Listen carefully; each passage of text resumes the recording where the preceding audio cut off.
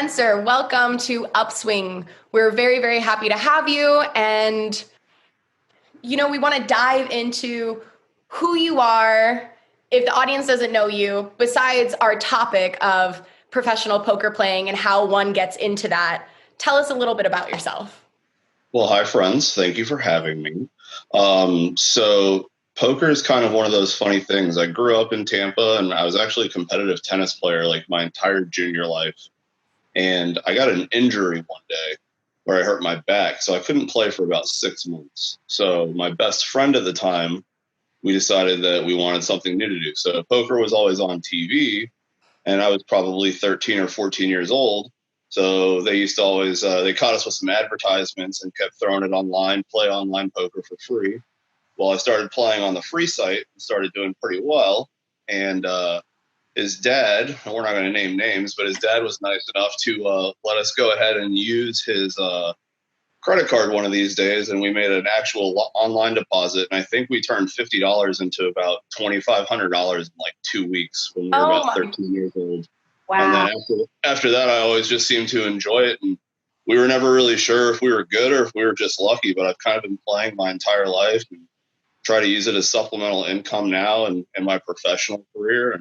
And that's kind of really how the entire poker journey got started. So I love that.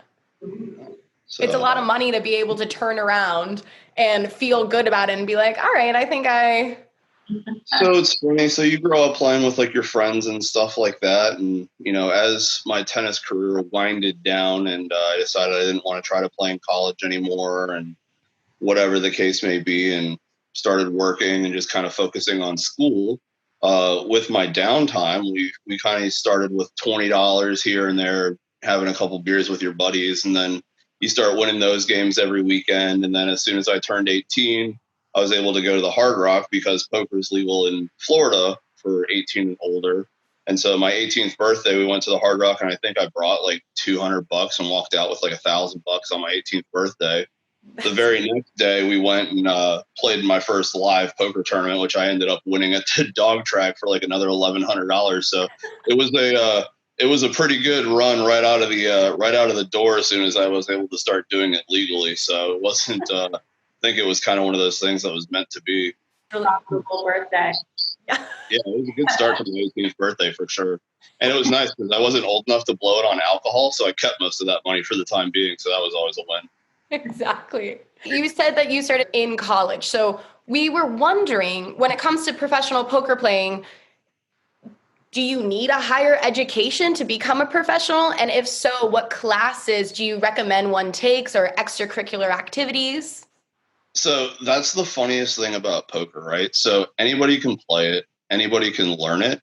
And if you sit down at a table at all levels, you come across some of the most interesting people. Anywhere from doctors and neuroscientists and physicists to pretty much guys on the brink of homelessness is like really the range and spectrum of people that you come into. I mean, there's really no coaching like your own learning and trial and error process as far as something like that goes. I mean, like anything else, there are books out there that you can learn if you're interested in learning the meat and potatoes of strategy, but everybody kind of plays their own, and there's so many different theories and strategies to the game that's what makes it such a unique situation, and everybody's always kind of looking for their own edge. So there's really no right or wrong answer.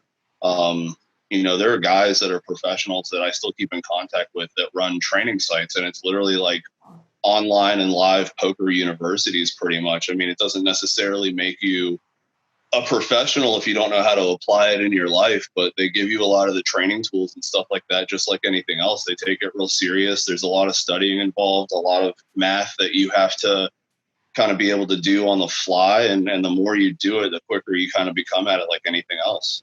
When it comes to math, what kind of math do you suggest that people are like really savvy at? Everything's statistics. It's all statistics. If you can do quick mental math and you know how to break down fractions pretty quickly, and then you can figure it out. It doesn't get too complicated. It just takes a little bit of practice. Once you narrow down how many cards you need to make your hands or can eliminate what cards other people have, it all becomes just a redoing of percentages over and over again to kind of figure out where you're at. I think this is why I've never been good at poker, because in my head, math is not my forte. I'm still counting on my fingers. I mean, you can always get lucky too. You don't have to be good at math to play cards. There are plenty of people that aren't, that just go out to have a good time and still win. So it's just one of the added edges that you can go ahead and get. But if you're going to try to do it full time, you might want to learn the math for it. So I like go back to college. I'm like, I need this. I need all these math classes. it's actually funny. That's my favorite story as far as when I was in college is the day that I turned 21, I flew out to Las Vegas and I played in the World Series of Poker, like the one that they have on TV, the main event, like the one that everybody like would know about if you brought it up. And they're like, oh, the World Series, right? So during this entire time that I was playing cards, I was still trying to force myself to go to school part-time. So just in case something didn't work out or I didn't know where life wanted to take me, I was still taking classes, wanted to make my mom proud, wanted to whatever the case may be to finish it. So ironically, I was taking my last math class that I needed for college during the summer when I go out there.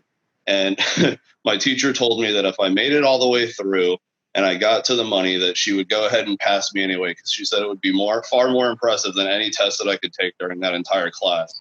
And so at 21 years old, you have to be 21 or older to play out in Vegas. I turned 21 the first day the tournament started. So I have the unofficial record of being the youngest person to ever play in the main event field. And it normally starts after the 4th of July. So my birthday being July 5th, it's going to be pretty hard for somebody to take that from me. Though it's probably happened now because they moved the schedule around. But at the time, it was a pretty cool little feat to go ahead and have. And we ended up making a pretty good run. So that was always pretty entertaining. And my teacher passed me because I missed about 2 weeks worth of class and decided to be out in Vegas. And it was only a 6-week class. So I love that. I love that. You kind of started in the online world and obviously moved to several different iterations of in-person poker. Can you compare and contrast online poker versus in-person poker? Because I know online poker is getting a lot more popular now, but I feel like it just would have to be so different. Yeah, so it's a weird world. So you're gonna have to follow me for a second. So prior to 2011, online poker had pretty much no regulation. It was kind of like the Wild West as far as internet gambling went. And not that the sites were crooked, but there weren't nearly as many measures that you could use to defeat people from cheating and things like that. However, at the same time, you could also find ways that you could make sure that games were fair, or by playing against certain players, and you would look for what were called bots, which are basically like computer-generated players that run math algorithms based on their hands that pretty much just play against you, and they're tough to beat, if not impossible to beat. But in 2011, and I can't remember exactly when it was, it might have been 2012, but I'm pretty certain it was 2011, online poker had what they called Black Friday. So Black Friday, the federal government came and shut down all of the United States poker sites, froze everybody's money. So I had like $7,000 sitting in the internet that just got like frozen in cyberspace that I couldn't touch. And everybody went into a panic because you went to bed that night and you were playing and everything was fine. You wake up the next morning and it says, basically there's a big letterhead that says the Federal Bureau of Investigations has frozen or cease and desist and whatever the case may be on the site. It's being investigated. And basically what happened is that a lot of the founders of this site, Full Tilt, ended up running pretty much a Ponzi scheme. So they were floating a lot of money, and when it came to actually having to pay out a lot of the players, the funds were gone. They had gone into some of the CEOs' pockets and things like that, and they actually were mismanaging all of the funds that were being placed in there. So what ended up happening is the federal government kind of started doing an investigation of that and shut it down. So switch over to live poker, which is part of how I ended my career. Fast forward to where poker is at now, it's a little bit more regulated. The sites aren't necessarily as active because now it's a state by state basis on where you want to play. So I want to say like Michigan, Nevada, maybe some of the Dakotas, Louisiana. I don't know the states off the top of my head. I know New Jersey and Vegas are kind of the two main go-tos as far as being able to play online poker. And they actually are doing, because of coronavirus this year, the entire World Series is being held primarily just online. So that kind of gives you the two different spectrums as far as where online poker started and kind of where it's at right now. And there's still some like semi-legal sites, if you want to call it that people can play on, where like they'll pay you out in cryptocurrencies and things like that, but they're not exactly the most trusted places in the world to put your money. So suggest sticking to just the legal stuff. Are there like strategic differences that you found when you were playing online versus playing in person? Massive strategic differences. Yeah. So, you know, in the world of taking it seriously, it's almost like playing two different games. So online poker is so fast as far as the difference between live poker and online poker. You get anywhere between 15 and 30 seconds to make your decision on what you want to do. And when you're playing big enough stakes, I mean, I would say online, the biggest I was playing, I mean, I'd probably have a couple $1,000s at a time in front of me on the computer at any given moment, playing multiple different tables. So, you know, when you're talking thousands of dollars and you've got 15 seconds to make a decision to try to win $5,000, you know, you're really hoping that your math is right. And that kind of falls back to what I talked about earlier, where knowing your mental math and your percentages are great, but really the most important part is trying to figure out your opponent. So in live poker, you have so many different variables where you can read players, you get to speak to them, you can kind of watch them, understand if they're drinkers, if they're just there for a good time, whatever the case may be. Online, you don't necessarily get that luxury. So you have to kind of go off of what you call hand history. And so... Can you repeat that again? You called it hand what? Hand history. So basically just going back, and if you've played hands with somebody before, it's kind of like going back and playing with them again, and kind of looking back at the past and seeing what their patterns might be. So live poker, you look at people's patterns necessarily, like how they move their hands, how their breathing is, how they move their chips, how they bet their chips, where they're looking at on the table, what their style of aggression is, what their voice pitch is like. Those are all things that come into factor when you're playing live poker. When you're playing online poker, a lot of times you're looking at how long is it taking for them to make a bet, how large is the size of the bet, how quickly are they making their bet, what have they done in these situations in the past, how often are they bluffing in the situation, how often are they actually having the best hand here. And really in online, you're basically playing that math of how often are they bluffing versus how often do they actually have it. And it kind of makes a determination on just the math aspect. So it's a little bit luckier, but there's just different skill sets that are involved in doing those types of things. And obviously, if you have the best hand, it makes it that much better. But I have a question. So you know how earlier we talked about school is not crucial. It's not you have to have higher education, but knowing some good math is important. How about psychology? If somebody wanted to study more, you're talking about in person being able to read people. Could that go back to if somebody wanted, you know, professional poker was something that they loved and they were like, hey, let me dive into more classes when it came to school? Would psychology help or? It can, and just understanding people in general. I mean, I've always been a pretty social butterfly, so I've always been able to kind of pick up on people and never really scared to kind of get out and dive right into things and talk with people. But with that, you know, the more people that you interact with, the more you kind of pick up on natural feeling and how people interact. And I actually took a class for work on micro expressions. So everybody's micro expressions, you know, I used to call it like the seven dwarfs. Like you've got like you're happy, you're grumpy, you're sleepy, like whatever. But like you're pretty much looking at people's faces, but as opposed to like how you're smiling right now, if somebody was just having like a small movement in their lips and things like that to show forms of deception or things like that, when you maybe are interviewing or talking to somebody, you can actually correlate and translate that over to the poker table. One of my favorite things that I used to do is I'm such a talker when I'm playing is I like to talk because I like to draw and trap people into conversation. And what happens is when you get them comfortable enough and they want to start talking with you, they don't realize that they're dropping their guard and whatever that might be. And their micro expressions really start to come out along with the rest of their facial features and mannerisms. And then, you know, immediately if they stop doing whatever they were doing or engaging and they get real serious or real focused on something, that something obviously is drastically changed in their style of play, and it should be a red flag. Could be positive and or negative depending on what it is, but sometimes people don't even realize that they're doing it. And so I try to focus on myself to make sure that I kind of keep myself in the same mood pretty much throughout the entire day. So I don't be on the receiving end of somebody picking up on tells for me and things like that. But from some psychology classes that I took when I was in college and stuff like that, I would say some of it can correlate over to it. I guess it just really depends on how much studying you're doing it and how you apply it. I mean, it's easier said than done because things happen so quickly in real time versus when you're watching videos and stuff like that. But there are a lot of the really good players that have spent a lot of time on that type of studying and have proven that it's obviously working, especially in live poker. I love that. I absolutely love that.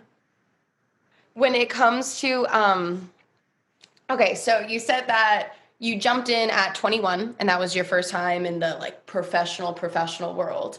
Was that the first time you referred to yourself as a professional poker player? It was actually after. Okay. So I went into the World Series as an amateur. I kind of went in for my 21st birthday. It was a bucket list thing that I wanted to do. And I knew that I was good enough to compete with a lot of the guys. But it's really hard because at the time where the state of poker was in Florida, we had restrictions on how much you could gamble at a time. So the biggest tournament that I had ever played in live was only like $250. So to jump into a $10,000 tournament spoke a lot of the confidence that I had to have in myself to go ahead and commit that type of money. But I had a little bit of success online before, and some people that believed in me and allowed me to go and chase these journeys, and ended up turning into a pretty fun 2-year ride that happened. But it was actually after the World Series. I got knocked out 12 spots from the money. So the year I played was at the time also the biggest field that they had ever had. I think it was like 7,000 or 8,000 players, just under 8,000 players back in 2010. And I want to say I finished in like 652nd. I think 640 got paid. So like there's a small article online, like if you Google it, where I got knocked out. And I got knocked out, mathematically speaking, in one of the crappiest types of ways. I started with the second best statistics starting hand in poker and happened to run into, statistically speaking, the best starting hand in poker.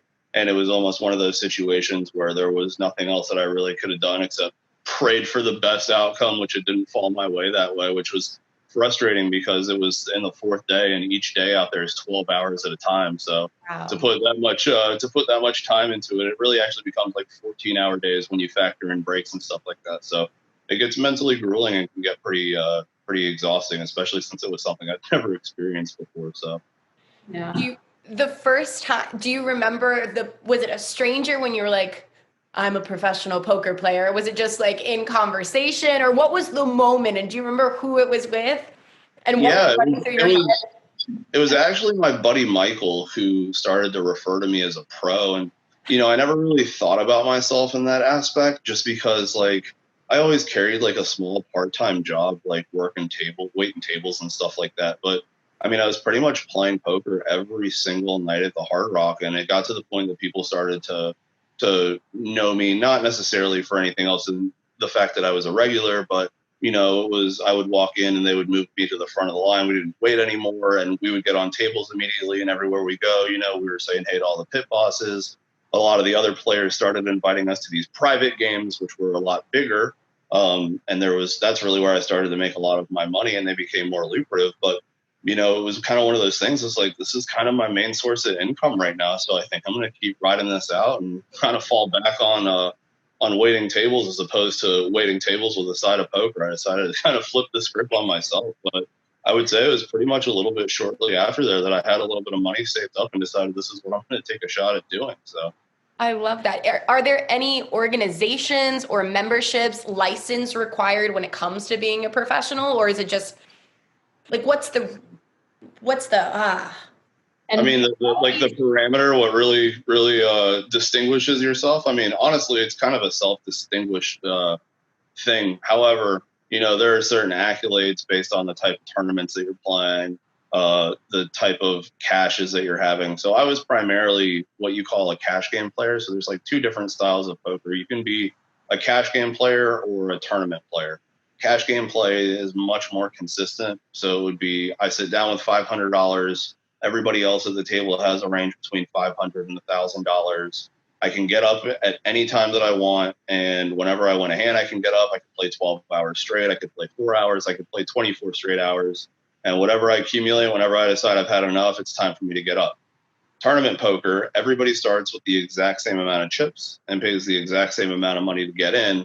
And there's no getting up and leaving whenever you want. It's once you get knocked out and you work your way up through the field. And once you hit, normally it's about 10, sometimes 15% of the field, depending where you're playing at, they start to pay you out and things like that. But, you know, it's kind of one of those things. If that's all you're doing, I mean, and you're doing it well enough, you can pretty much call yourself a professional.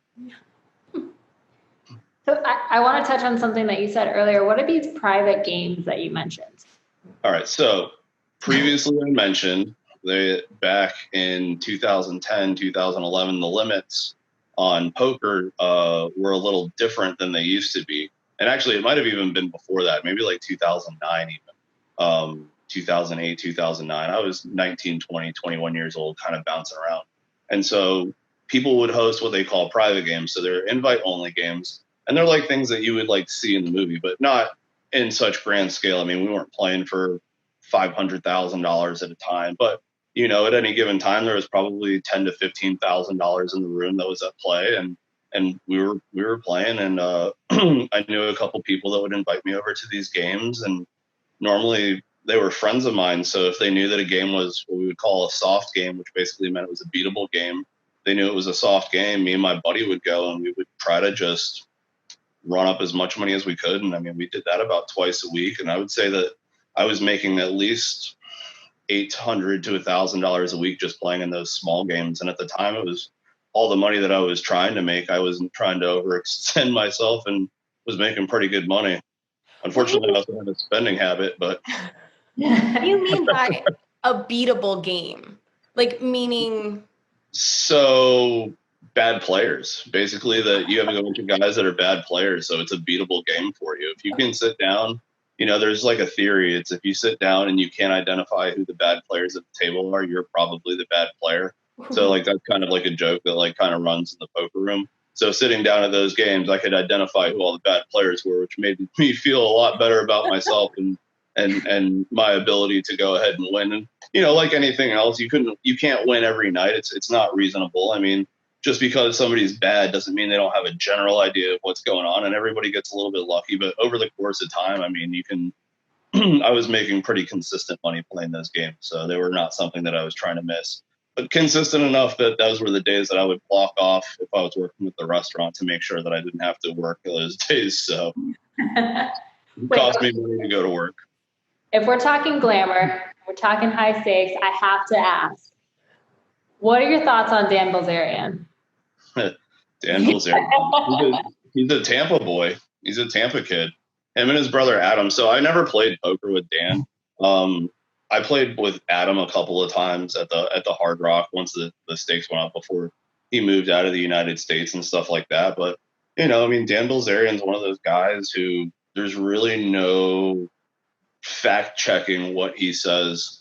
I can say that like the videos that I've seen on how he plays and stuff like that, I would find it pretty impossible that he won the $50 million that he claimed playing poker, especially considering that his family was already pretty wealthy. I'm sure that had a lot to do with his kickstart to his wealth and stuff like that. But I mean, anything can happen. I don't know well enough. I don't know the stories well enough behind it. I know that he's made claims that he's won $10 million in a night in some of these private games from these really wealthy people, but you know, who really knows what's going on over there. But I'd like to say that from what I can see, it's probably more fiction than it is fact. Well, it's, you know, all about bluffing, right? I guess. I mean, and it's funny. He's a pretty smart guy. I mean, everything that you see about him and stuff like that. I mean, him and his brother are pretty intelligent dudes. I mean, I guess anything's plausible, but I don't know. Everybody in the poker community pretty much kind of looks at it and takes it with a grain of salt. There's a lot of skeptics out there. So that's fair. I guess the flip side of that question is, have you encountered any female professional poker players in your Oh yeah, plenty. Really? Plenty. Oh yeah, there's a good field. Females become more and more popular. Actually, I think a lot more women are starting to get into poker, and it's not as masculine and macho of a game as I think that the stereotype used to be, where you've got a bunch of old dudes sitting around smoking cigars, holding their cards up, talking crap, drinking beer. You know, I think those days are kind of over. And now that it's kind of more of a mainstream thing that you see on ESPN, there are a lot of really, really good women out there, and a lot of women that have probably whooped my ass, and I'm not happy about it, but I know that it has happened. So I know a couple of females that are really, really good poker players. I love that. When it comes to the casino aspect, is it possible to beat the house?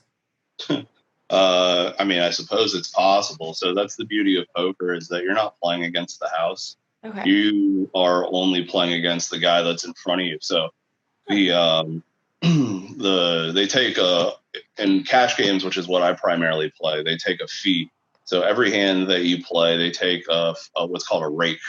So normally it's like around like $5 every single hand, and that's how the casino gets paid, and they pay their dealers and stuff like that.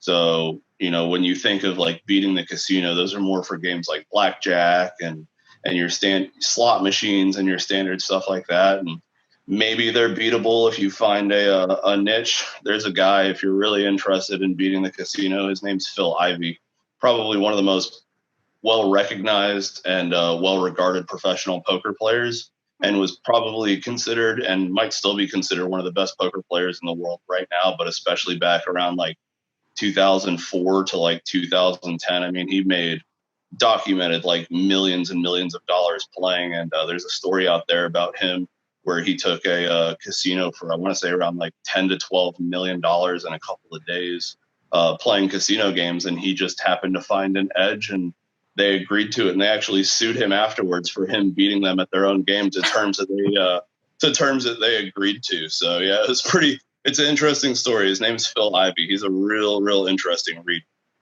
Yeah, I'm not familiar with him. We'll see if we can recommend a book or something in the show notes on that. Yeah, that would be super interesting. I'll have to Google him. I had no idea. Oh, yeah. With any cheat sheet, like, is that silly to say, is there a cheat sheet? I would say start with the basic tutorial videos. I mean, everybody grows up playing like 5-card poker, but like, here's the thing, is that there are so many different variables and different types of poker games, you know?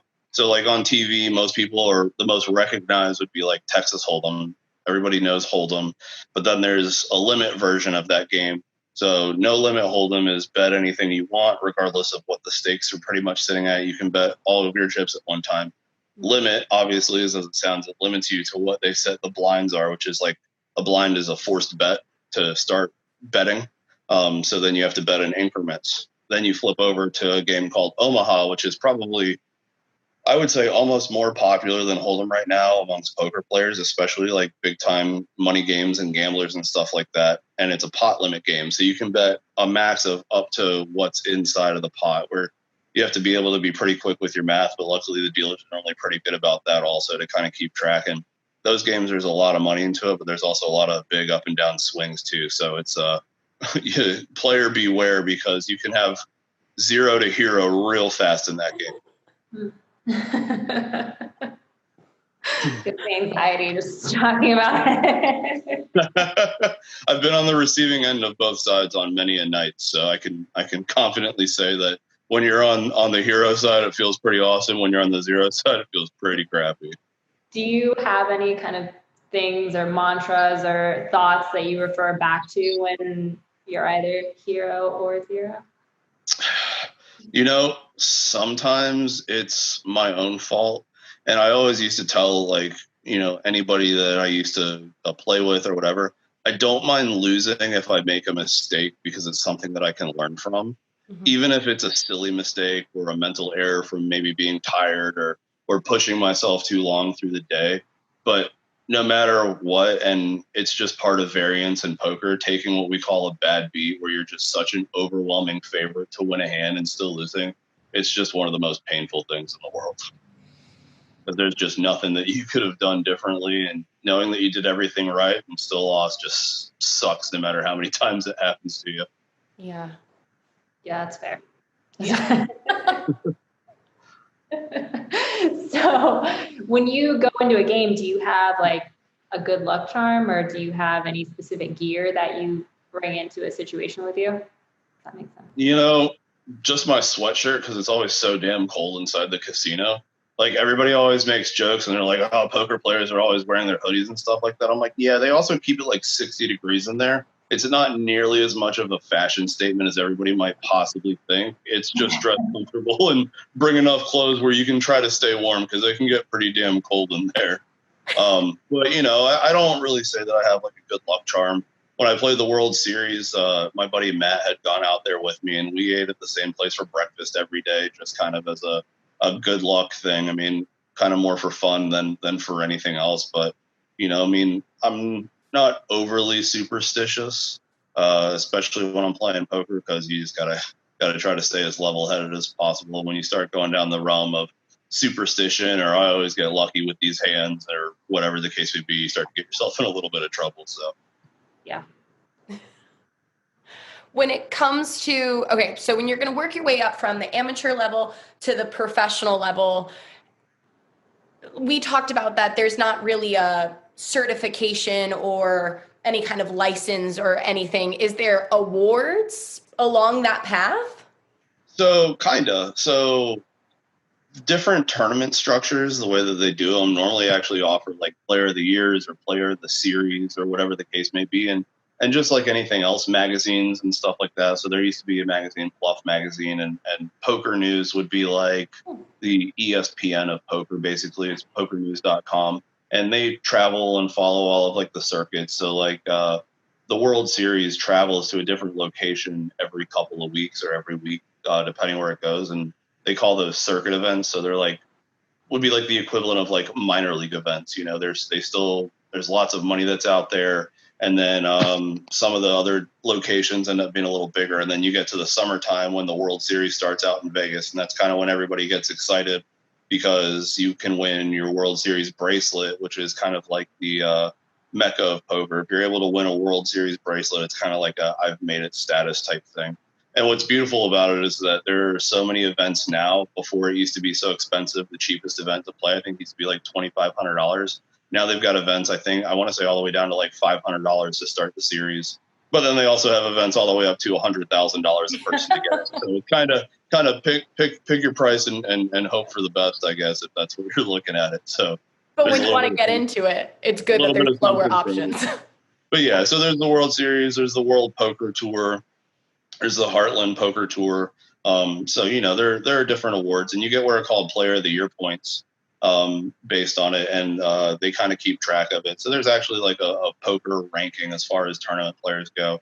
But it's a little skewed just because some of the big-time players that play in these big cash games and stuff like that really aren't playing a lot of tournaments. So just because somebody's at the top doesn't necessarily mean they might be the best player in the world. It just might mean that the guys that are not playing them or finding other places to go make more money, which, you know, is kind of what I started doing. Is I started gearing away from tournament poker just because you have to be good and get a little lucky at the same time to run there, and kind of focus on cash games where you have a little bit more control on what's going on.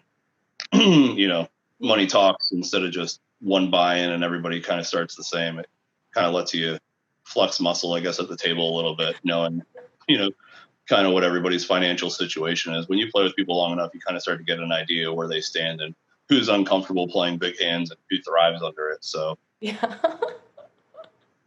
who thrives under pressure. but the pressure is the most fun. that fire underneath you. The competitive spirit. So you mentioned earlier that you're looking at, you know, easy a 12 or 14-hour day. Would you say that that's the average for the length of a tournament game, or how? For tournaments, I would say so. You know, a lot of card rooms have done a lot better on like their tournaments, where before they used to have like what you call like your, I don't even know what you want to call them, like their daily tournaments, which run anywhere between like 6 to 9 hours, depending on how many people get in. But some of these bigger series, when they come around, you're normally playing a minimum of like 11 to 12 hours a day, or at least to get through the first day. And then depending on how many people make it through, kind of determines on how long you play for the day there and the day after that, you know. And it can get exhausting. But, you know, for instance, the World Series was just here in February. And so I actually took a week off of work and went and played here because it was locally in Tampa for the first time. And I made it to 14th place. I just missed the final table in one of the events that I played. It was like 1,000 people that played. And think we played 16 or 17 hours that day, as it was a 1-day tournament. It was called a turbo tournament. So, but I mean, that was definitely a good time, but it just kind of really depends on the event. But I would say 11, 12 hours is a pretty good standard if you're playing like a big event. Do you get bathroom breaks? Oh yeah. Do you get snacks? They don't make you carry a catheter around and you just gotta kind of that's off to the side. No. What do you do? Like ring a bell or raise your hand? Like how do you get permission to be like, I have to pee?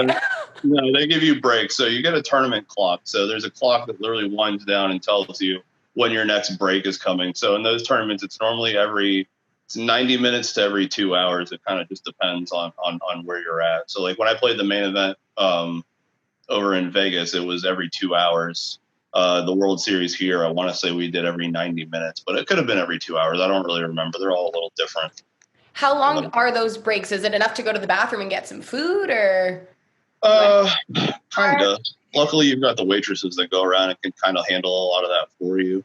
Okay. But yeah, I mean, you get one dinner break normally around between 5 and 7. It really kind of depends when the tournaments start. And then dinner breaks are normally 30 to 45 minutes, depending. So, I mean, you get time. You get a nice mental reset. But, if you take too much time, live poker can be a real slow thing. So people typically just want to get there and play because everybody's there to play. So, I mean, you can get up in the middle of hands and stuff like that when there's not a break, and you can walk away and leave, and they just fold your cards. And if you owed chips to the pot, they just take them right off the top of your stack, and you can come back and sit down. So, it's not uncommon for people to get up and walk away for 10 minutes to stretch their legs out and miss a few hands if they're in for a long day and have the chips to do it. So you have the availability to do that. Oh, for sure. Absolutely. There are people that'll get up and leave 15, 20 minutes early before the dinner break to give them more time or to beat the rush out and whatever the case may be. I mean, sometimes it's part of strategy so that way you don't mentally wear yourself down. I typically show up to tournaments a little bit later. I don't normally sit down right when they start. I normally go maybe an hour and a half after they've started and get to a few higher levels just so the play is a little bit more normal. A lot of times when tournament starts, you get what's called loose play, which basically means you get a lot of people playing a lot of hands because it's a little bit cheaper to start. So I like to get in there when kind of some of that play starts to slow down and they get back to normal playing. So that way it kind of helps you gauge where people's hands are at and stuff like that a little better than at the beginning. Gotcha. So wrapping everything up, I guess our final questions would be, do you have a training regimen? I don't know, are there stretches you do beforehand? Do you do intermittent fasting so you're not starving before the breaks? Is there physical regimens and or anything emotional, spiritual? I know we touched on it earlier, but when it backpack with mantras, is there something that you have to mentally prepare yourself emotionally, spiritually? What is your training regimen before you get in? I can't say I'm doing a lot of hot yoga before I get out to the poker table or anything like that. I'm pretty limber already, so I try not to overstretch myself out. But, I mean, I'm normally just a wake up, breakfast, and coffee guy. I try to force myself to eat before I go. Mostly just because sometimes it's really easy to forget to eat while you're in the middle of playing. And then you kind of go from feeling fine. And when your body suddenly realizes and you get that break and all of a sudden you're starting, kind of helps you avoid kind of the crashes and stuff like that. But I'm normally just a coffee and kind of keep drinking coffee and kind of cruise all the way through while I'm playing. And every once in a while, I'll just get a regular cappuccino instead of a coffee. I really like to stay on my toes and mix things up. But so not pre-training. It's not months beforehand, you're drinking gallons and doing some hot yoga stretches and so on. No, I can say when I was playing before though, when I was going out, so I used to go down to Fort Lauderdale quite a bit. The games were a lot better down there to play, and so were some of the tournaments. I used to actually fly Thursday night. I would take the cheapest Spirit flight and wear 2 sets of clothes so I didn't have to pay for bags. I would go down there and I would basically couch hop and find friends that I knew that were staying down there, stay for free, play for 48 hours, and then fly on the cheapest flight home that Saturday or Sunday morning and come back. But when I knew I was doing stuff like that, I would kind of shake my sleep cycle up a little bit and kind of force myself to either wake up a little bit earlier if tournaments started earlier, or force myself to stay up a little bit later just so I wasn't fatigued by the time we got to those points, which in turn you kind of got to change how you're eating. But, that's kind of when I was really taking it serious. I would say that I kind of just play for fun, a little bit of supplemental income at times now, and whatever the case may be. But there are a lot of guys that have regiments. They got to go to the gym in the morning, or they got to have their protein shakes or their stretches or whatever the case might be. I mean, everybody's kind of got their own thing that's a little different. I'm more of an up and go guy though. As we wrap it, oh, sorry, Alex, go ahead. I think we're going in the same direction. So what are maybe 5 things that you would tell someone who is looking to get into poker professionally, looking to make this change in their life? Man, start small and make sure that you're having fun. When you're not having fun and you stress out about it, that means it's time to walk away. Start small. Don't be discouraged if you find yourself losing. Every losing situation is just another situation that you can learn. On the flip side, don't get overly excited if you win big one night. Just because you have one huge score doesn't mean that you're going to be able to do that every single night too. Be level-headed when you're there. Emotions can definitely get to the best of you, and the worst thing ever is gambling when you're mad. I've been there, and I wish I could have taken some of my own advice when I was younger. Probably would have saved myself a lot of money in certain situations.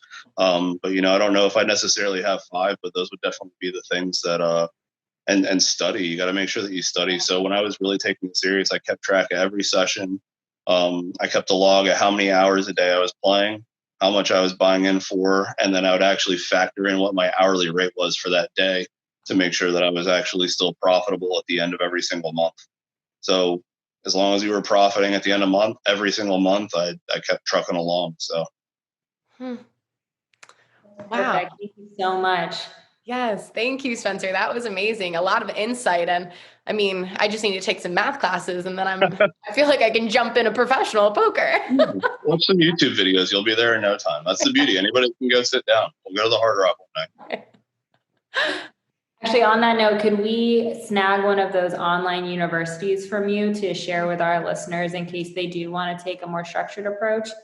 I'm trying to think. Daniel Negreanu is a pretty famous player who runs his poker academy.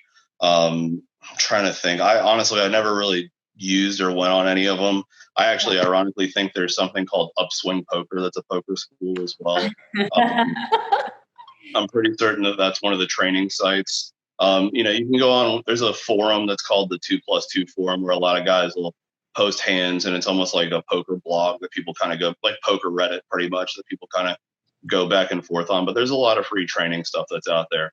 And if somebody's just starting, the book that they call the Bible of poker, it's called Super System. It's by the godfather of poker. His name's Doyle Brunson. It's a really, really, really outdated way to play, but it gives really, really good basic insight on how each game is played. So I wouldn't use the strategies in that book anymore because they're kind of ancient. But just to get a real good general understanding of the games, that's kind of like the Bible of most poker games.